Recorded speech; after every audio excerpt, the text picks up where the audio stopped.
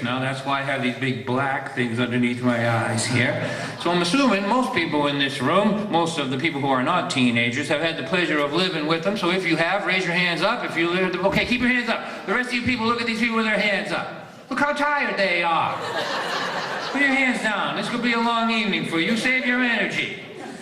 Teenagers are the most exhausting things on earth. This is the way it works. At 11, they love you. Not always, and not really. But if they think you got some money, they might show you some fake affection, try to remove your money from you.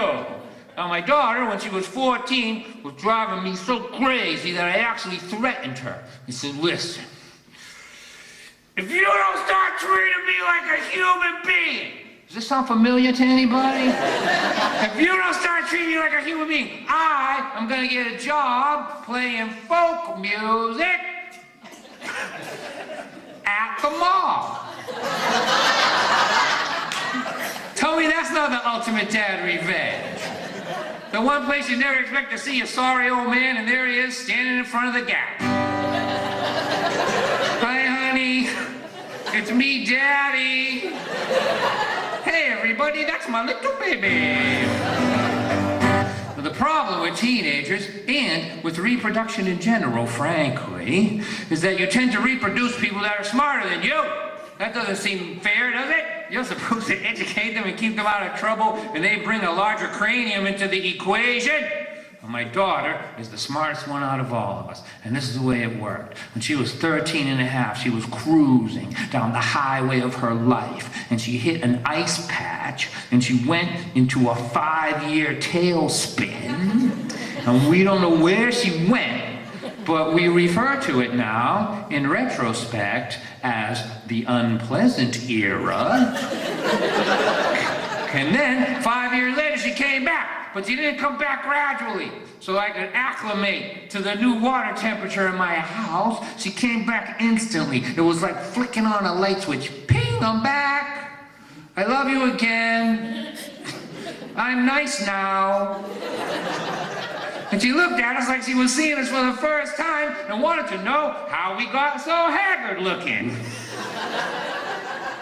Well, the reason for that, Sybil. I know you have to be old to know how funny that was. I'm sorry. The reason for that, Sybil, is because we've been living with your evil twin for 5 years, and we're burned out and exhausted. And we are just fragments of the people that you left behind 5 years ago. One morning I was getting ready to go to work, and my daughter was 15 and a half, at the epicenter of adolescence, where her head could spin in a complete circle, and just the sight of her parents made her skin actually crawl up and down in her arms. And when she would walk through a room, she would leave behind this purple glow of angry, exploding hormones. During this time, during the epicenter of her adolescence, when you could see the actual lava of adolescence rising up behind her eyeballs, I walked by her bedroom one morning. I was getting ready to go to work, and I had a white flag in each hand because I've lost every fight I've ever fought in my house, and I'm just in a total state of surrender 24/7, just trying to survive to the end of the war. And so I stood there with my 2 white flags, and I said to my daughter, who was sitting on the edge of her bed, I said, I am not trying to oppress you. Which is the way I have learned to start all of my sentences now. I'm not trying to oppress you, please pass the potatoes, whatever it is. I'm not trying to oppress you, just tell me the truth. Did you do your homework last night? Now, for those of you that still have children that love you, I'm talking about the wee ones, I'm going to imitate my daughter's facial expressions and her tone of voice, so you can prepare yourself for what's coming down the road for you. And I said, okay, just tell me the truth. Did you do your homework last night? And she said, no. That was perfect, right? Come on. I mean, I've seen it so often, I should be able to do it perfect. Let me do it, in case you didn't get the full frontal over here, let me give it to you up here. This like may be the only moment of perfection that we have this evening. I don't want you to miss it. Did you do your homework last night? No. I'm like, well, are you gonna? She goes, gee, yeah.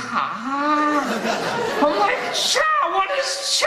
Now I don't understand the language in my house anymore. I'm just walking around wondering what's going on. I said, well, when are you going to do your homework? She goes, I'm going to do it this morning. I go, isn't it due this morning? She goes, you can leave now.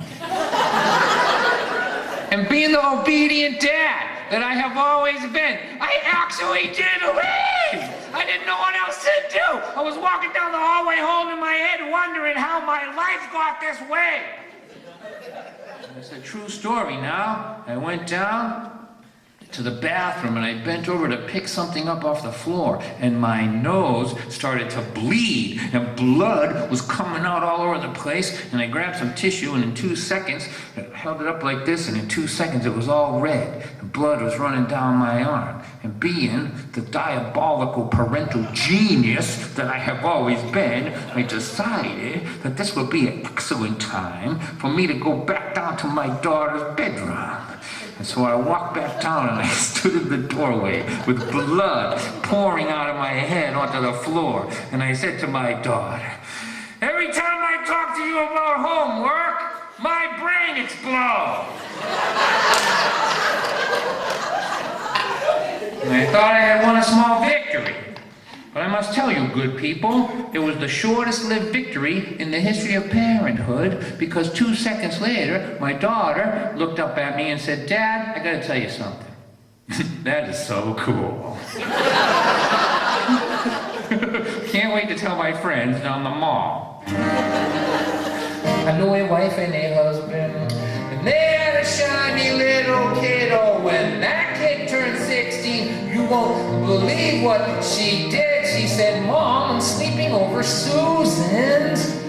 That was just a big lie. But what she really was doing was staying out all night. And when her parents found out, they cried boo-hoo-hoo. And then they called the radio talk show. They asked him, what should we do?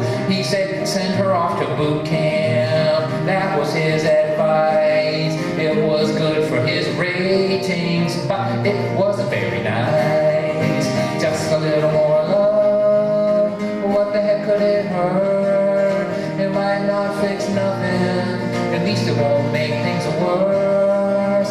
When you're looking at your lifetime from the end, when you are done, you know it might look a little better.